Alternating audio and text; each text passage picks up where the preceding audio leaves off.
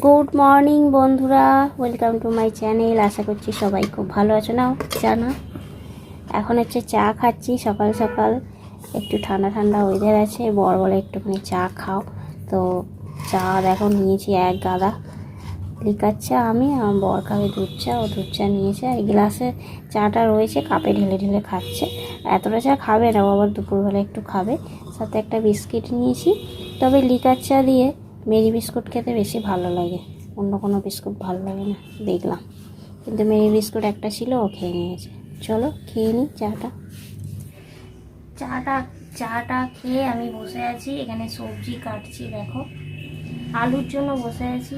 আলু আমাদের এখানে কোথাও পাওয়া যাচ্ছে না। তো আমার বর খুঁজে খুঁজে 2-3টে দোকান দেখে এলো, একটাও দোকানে আলু নেই। তাই আলুর জন্য বসে আছি। দেখো কখন আলু আসবে, আমি আলু কাটবো। সকালে টিফিন বানাবো, তার জন্য সবজি কাটছিলাম। বেগুন ছিল একটা, বেগুন আর এই ঢ্যাঁড়সগুলো দেখছি শুকিয়ে যাচ্ছে। শুকায়নি, তবে রেখে দিলে শুকিয়ে যায়, কিন্তু কচি ঢ্যাঁড়স। বেগুন আর আলু দিয়ে একটা সবজি করবো। ওই যে এসছে, আলু পেয়েছো? কত খুঁজে খুঁজে তবে আলু পেয়েছে। আমি তো ভাবতেই পারছি না যে আমাদের এইখানটা এতগুলো দোকান, অথচ আলু পাওয়া যাচ্ছে না। তো বর তো খুঁজে খুঁজে হাল্লা হয়ে পড়েছে, ওর মাথা গরম হয়ে গেছে। বলে আলু এখানে পাওয়া যাচ্ছে না, 2-3টে দোকান ঘুরেছে, পাইনি। তো লাস্টে যার দোকানে যায় না কোনো দিন, তো সেই দোকান থেকেই আলুটা আনতে হয়েছে। ওই জন্য আরও ওর ভাল লাগছে না। বলে কী করবো, আমাকে ওই দোকান থেকে আনতে হয়েছে। আরে ঠিক আছে, সবাই ওর সময় যেতে হবে। একটা এরকম হয় না যে ওর দোকানে আমরা যাই না, এরকম হয়। তো এই আর কি। তো চলো আলু তো কুটে নিলাম, কুটে নিয়ে এইখানটায় কী সব বলছি। তো এবারে চলো সবজিটাকে বসিয়ে দিই।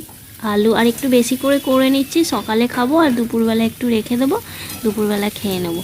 এখানে আলু ঢেঁড়স দিয়ে করছে, আর এর মধ্যে একটুখানি 5 ফোড়ন দিয়েছি। 5 ফোড়ন দিয়ে 5 ফোড়ন আর একটুখানি গোটা জিরেও দিয়েছি, 2 রকম দিয়েছি।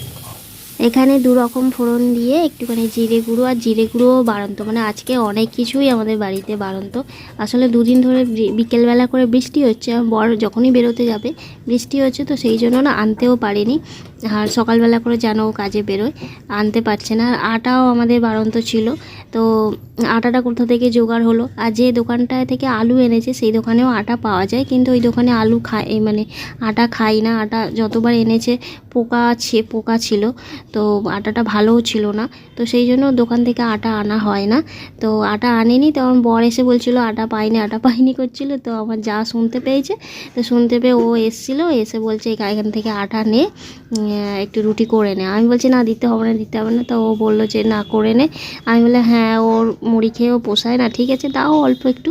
তো ওই আটা দিয়েছে, ওই আটা দিয়ে আমি রুটি করে দিচ্ছি এখন।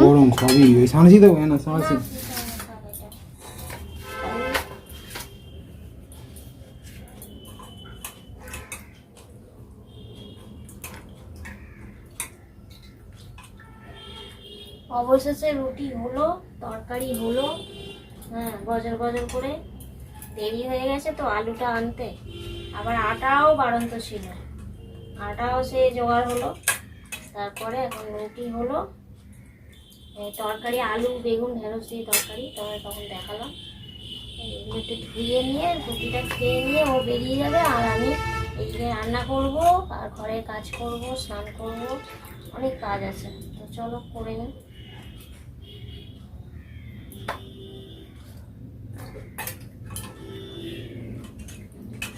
এই যে এইখানটা একটু তরকারি নিয়ে নিয়েছি, আর রুটিগুলো ধুয়ে নিয়েছি হবে, আর বাকিটা রেখে দেবো, সেই রাত্রিরে খাওয়া হবে। সবগুলো ভিজিয়ে নিয়েছি একেবারে। চলো তরকারি, এখানে তরকারি অনেক রয়েছে, লাগলে আবার নেওয়া যাবে। চলো খেয়ে দিয়ে তারপরে সংসারে কাজ আছে সারবো।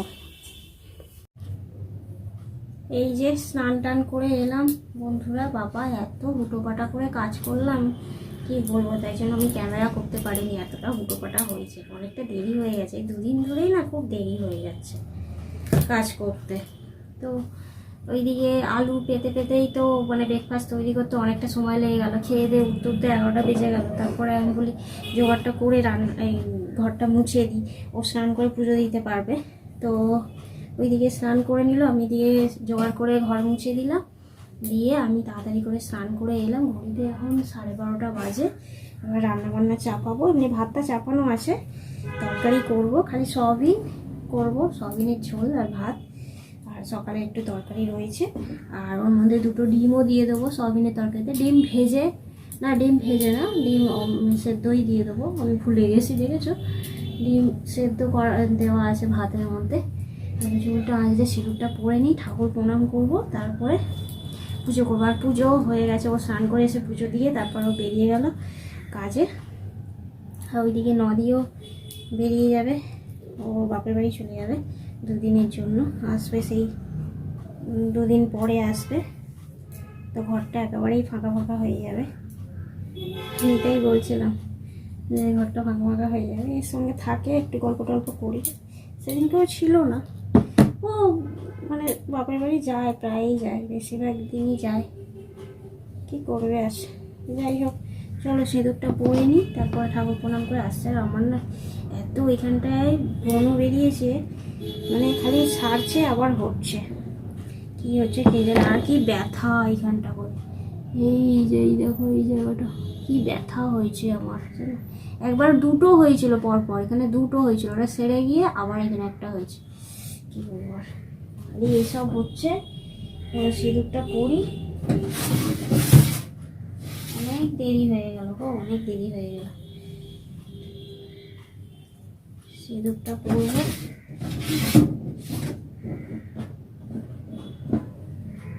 সিঁদুরটা পরে নিই, ঠাকুর প্রণাম করে আসছি।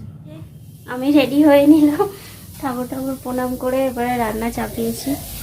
আর কি কাজ আমার, এইখানটা সয়াবিন ভাজা, আর এখানে ডিম 2টো ভেজে রেখেছি, দিয়ে দেবো আলু পেঁয়াজ দিয়ে করবো। এখানে আদা রসুন দেবো,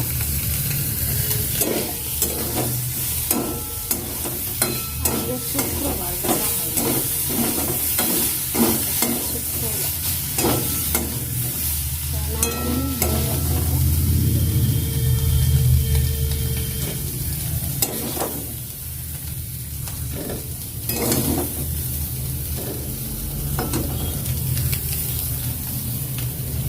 চলে গেল, ঘর ফাঁকা হয়ে গেল। সয়াবিনের তরকারিটা এখানে কষিয়ে নিয়েছি ভালো করে, একটু পেঁয়াজ আদা রসুন দিয়ে করছি। আর পুরো একদম চিকেনের মতো গন্ধ বেরোচ্ছে, মনে হয় যেন চিকেন রান্না করছে। আর 2টো ডিম ভেজে রেখে দিয়েছি সেদ্ধ করে, ওটাকে ভেজে রেখে দিয়েছি। আর এটা এবার কষা হয়ে গেছে, এবারে জল ঢেলে দেবো, ডিমগুলো সয়াবিনের তরকারিতে দিয়ে দেবো, একই সঙ্গে হয়ে যাবে। এখন কিন্তু ওয়েদারটা একটু ঠান্ডা ঠান্ডা আছে, 2 দিন 1 দিন আগে পর্যন্ত একটু ভালোই ঠান্ডা ছিল, তবে আজকে মানে একটু গরম আছে, অতটাও মানে ঠান্ডা নেই, একটু গরম গরম আছে, একটু ঘাম দিচ্ছে আর কি, গরম আছে। যেহেতু আমাদের ঘরটা যেহেতু একদম বদ্ধ ঘর, দরজা জানলা বন্ধ থাকে, তো সেই জন্য একটু গরমটা বেশি। তরকারিটা চাপিয়ে কি করব, বারান্দাটা একটু ঝাড় দিলাম, সেই মশলার ডিবে থেকে কালো জিরে পুরো পড়ে গেছে বার করতে গিয়ে, তো কালো জিরে পড়ে গেছে, পুরো বারান্দা কিরকির কিরকির করছিল, তো ওটাকে ভালো করে ঝাড় দিয়ে পরিষ্কার করে নিলাম। তো কিছু না কিছু একটা হবেই। আর মনটাও ভালো লাগছে না আজকে, মনটাও ভালো লাগছে না। বাবা, চুপচাপ বসে থাকি আর কি করবো, একটু মোবাইল দেখি, মোবাইল দেখে তো সময় কাটাতে হবে, মনটা ভালো নেই। সবসময় কি বলো তো, একটু ভুলে থাকি, হাসি খুশি থাকি কথাবার্তা বলে, কিন্তু যখন একা থাকি তখন অনেক কথাই মনে পড়ে, তখন মনটা খারাপ হয়ে যায়।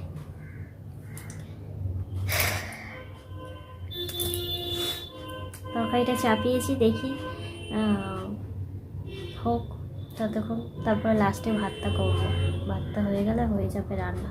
সয়াবিনের ঝোল, সয়াবিনের মানে কষিয়ে জল দিয়েছি, মনে হয় যেন পুরো চিকেন করলে যেরকম গন্ধ বেরোয়, এরকম চিকেনের মতো গন্ধ বেরোচ্ছে, বেশ মনে হচ্ছে চিকেন রান্না হচ্ছে বাড়িতে। আর অনেক দিন চিকেন খাইনি, জানোই সেই মেজো কাকি মারা যাওয়ার আগের সপ্তাহে বোধহয়, না কবে, তারও বোধহয় আগে সপ্তাহে সেই চিকেন খেয়েছিলাম, তারপরে আর চিকেন রান্নাই হয়নি।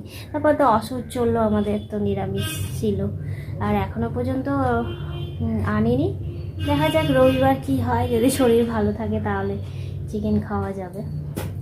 কালকেরে আমার খুব চিকেন খেতে ইচ্ছা করছিল, অনেক সে ইটিং শোগুলো হয় না, ইটিং শো আমি দেখছিলাম, আর ইটিং শো দেখে আমার যেন মানে এক একটা দেখবে খাওয়ার ভিডিও দেখলে মনে হয় যেন খেতে ইচ্ছা করে না, আমার তো এরকম খুবই হয়। যখন মনে হয় যা দেখি ওরা ধরো চিকেন খাচ্ছে, চিকেন খেতে ইচ্ছা করে, মটন দেখলে মটন খেতে ইচ্ছা করে। যাই হোক, আর কি হবে, তা ওই আমরা খুব বেশি খেতে পারি না, অল্প যেরকমটা খাই আর কি। একজন ইটিংসও দেখায় কত কত খায়, সত্যি খেতেও পারে, খেতে পারে, দেখতেও ভালো লাগে। আমরা খেতে পারি না, এটাই যা কষ্ট। যা খেতে পারলে বেশ ভালোই লাগে দেখতে। খাওয়া ভালো তো, যার যেরকম পেটে ধরবে সে সেরকম খাবে, তাই না? কারোর অল্প পেটে ধরে সে অল্প খায়, যার বেশি খেতে ইচ্ছে করে সে বেশি খায়, এটা কিছু না। অনেকে বেশি খেলে অসন্তুষ্ট হয়, বাবা বেশি বেশি খাচ্ছে, গাদা গাদা খাচ্ছে, এরকম বলে, এটা ঠিক না বলা। যার যেরকম পেটে ধরে সে সেরকমই খাবে। কেউ যদি অল্প খায় তাকে যদি এরকম বলি বাবা তুই একটুখানি খাস, তোর খরচ কমে যাবে, যদি এরকম বলি তাহলে কিন্তু তার খারাপ লাগবে। তো সেরকমই যার যেরকম পেটে ধরে সে সেরকমই খাবে, তাই না? আবার অনেকে ভিডিওর জন্য একটু বেশি বেশি খায়, ভিডিওতে নিলে অল্প অল্প পরিমাণে নিলে দেখতে ভালো লাগবে না, সেই জন্য একটু বেশি করে খায়, শরীরও খারাপ হয়। যাই হোক, আবার অনেকে এমনিই খায়, খেতে খুব ভালোবাসে। আমাদেরই তো আমার আমার যখন আমার মানে বাবার যে দেশের বাড়ি আছে, দেশের বাড়ির লোকজনেরা খুব খায়, অনেক বেশি বেশি খাবার খায় দেখেছি। ভাত খায়, এক থালা করে ভাত নেয়, তরকারি যে খুব বেশি আহামরি অনেক রকমের তরকারি নেয় তা নাই, এক দু রকমের তরকারি দিয়েই এক থালা ভাত উঠে যায় দেখেছি। খেতে ভালোবাসে আর কি।